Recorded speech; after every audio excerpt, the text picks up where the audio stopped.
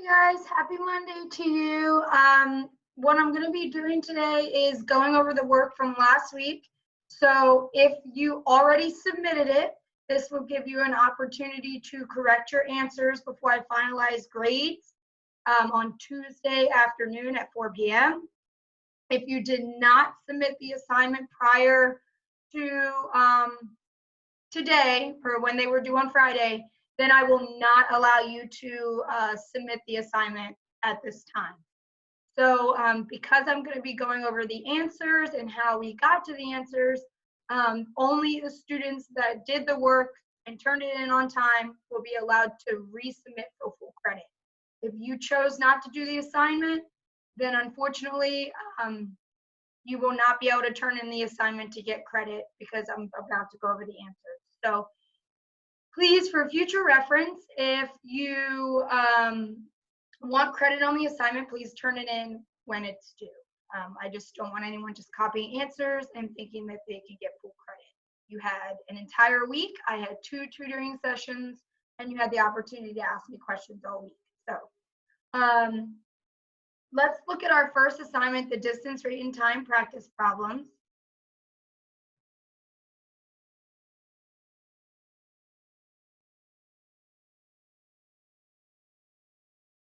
So for our first problem, it says a car drives with a constant speed of 92 miles per hour or 92 kilometers per hour. How long will it take to travel a distance of 138 kilometers? So in this particular question, I'm going to be looking for my time. It even said, how long will it take? So in order to calculate that, I need to divide. So I have my distance equals rate times time. Some of you might not have shown your work. If you didn't show your work, I can't give you credit. So I need to see you plugging everything in. That shows me that you're understanding where the numbers are coming from. Again, 92t, in order to get the t by itself, I have to divide on both sides. And 138 divided by 92 is 1.5, and it has to be hours.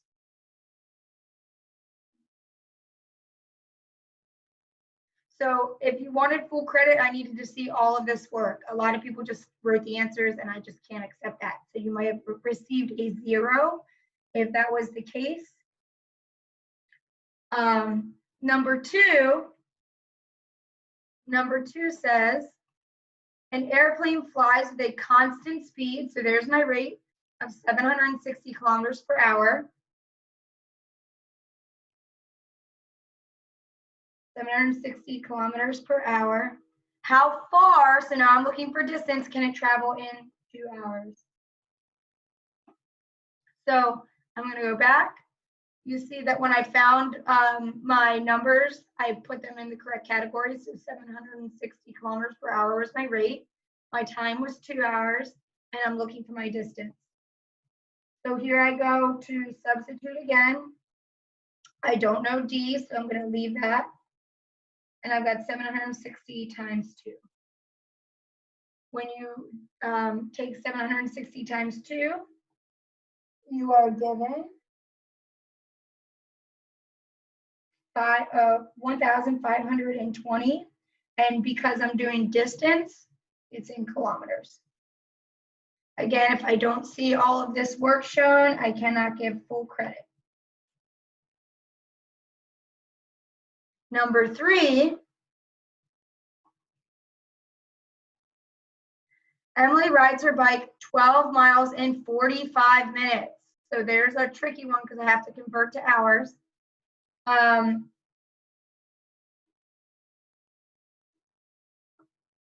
And my distance is 12 miles. I want to know what the average speed is in miles per hour. So I need to first convert 45 minutes into hour terms. Remember, 45 minutes over 60 minutes equals 1 hour. And I actually learned that 45 over 60 is 3/4, which is 0.75. So my time is actually 0.75 hours. I have to be able to convert into from minutes into hours because my rate is going to be in miles per hour. So now I'm just substituting distance equals rate times time. 12 equals rate, because I don't know it yet, times 0.75. In order to get the R by itself, I divide on both sides. And my rate, and you could use a calculator for this, or if you wanted, you could work it out yourself. You should know how to divide with decimals. My rate is 0.26, or sorry, my rate is 16 miles per hour.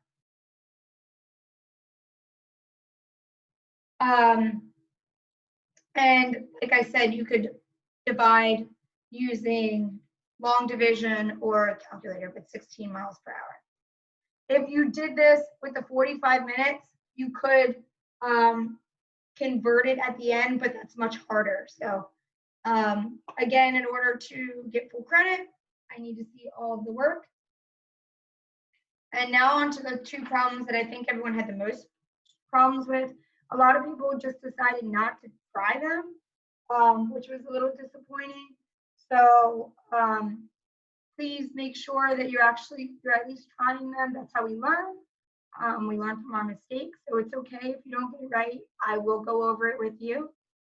All right, so for number 4,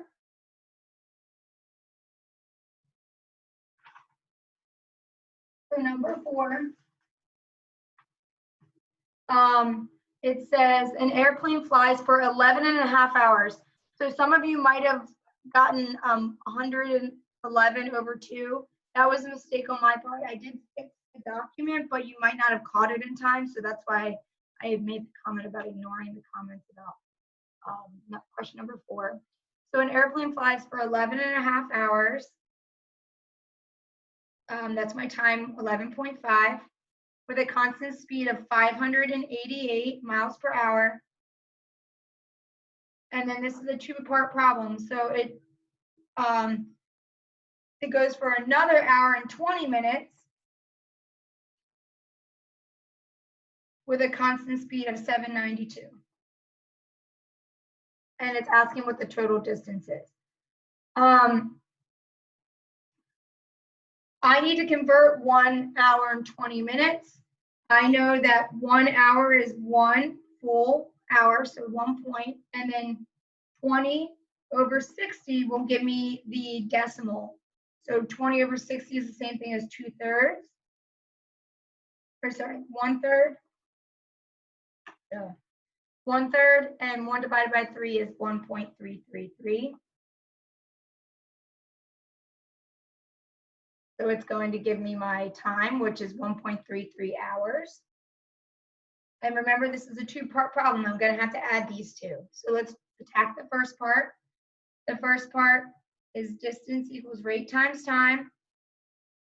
And I haven't substituted anything yet. I need to see everything. My distance is unknown. 588 times 11.5. And my distance is 6,762 miles.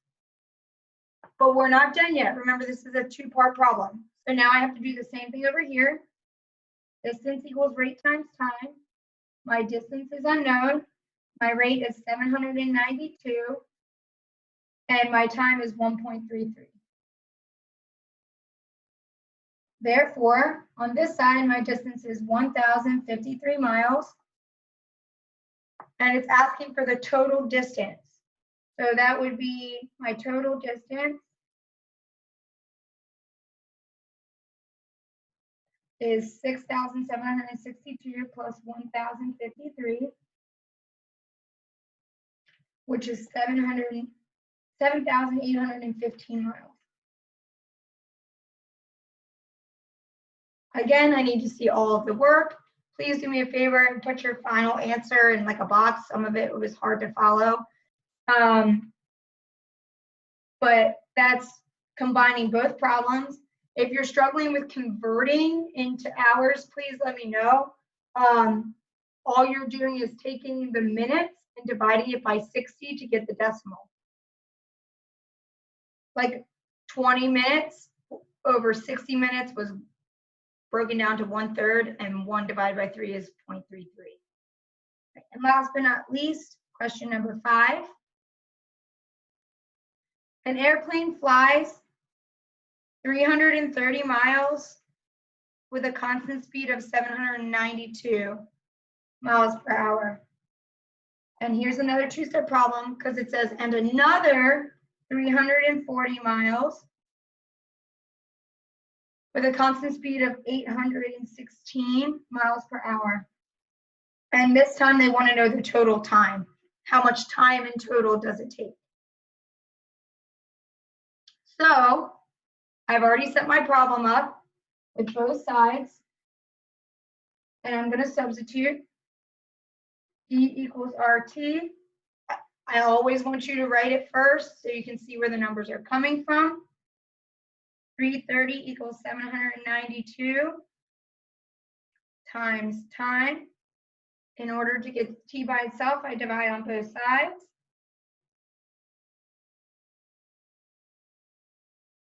$330 divided by 792 is 0.416 hours. And we're going to round to the nearest hundredth. So we'll have 0.42 hours. And then we'll do it on this side. So distance equals rate times time. My distance is 340. My rate is 816. Here I am just substituting times T. To get the T by itself, I divide on both sides. And I get 0.416 again. And we know we're going to round to the nearest hundredth.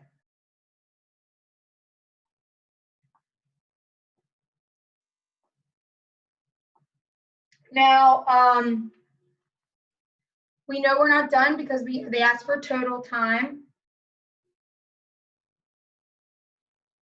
And I was willing to accept this answer in 2 ways. You could have done 0.42 plus 0.42 equals 0.84 hours. Or you could convert that into minutes. If you want to convert it into minutes, you would multiply 0.84 times 60. So before we divided to get it into minutes, now I want to get it or into hours. Now I want to get it into minutes, so I will multiply, and this would give me 50.4 minutes. Either one of those would be acceptable. So, let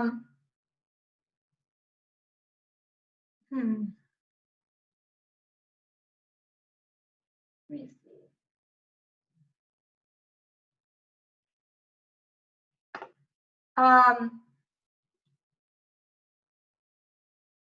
So if, like I said, if you want to revise this and turn it in for full credit, I will accept it. I will not accept it past 4 p.m. on Tuesday.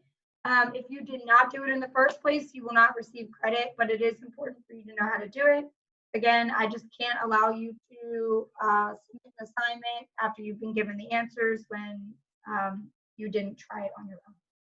So now let's take a look at the second assignment, the motion graph.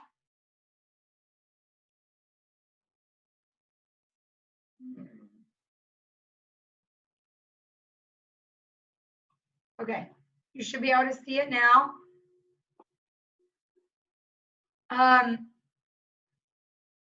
So in order to understand these, you need to understand that a positive slope means that you're going forward. A flat line means that you're not moving at all because you're not going up or down in distance. And a line going down means that you're moving backwards, not like walking backwards, but like walking backwards to start.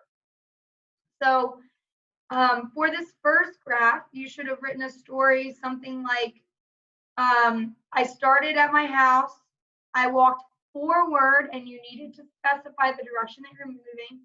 I walked forward to the library, I stood at the library and looked at a book, and then I walked back home slower than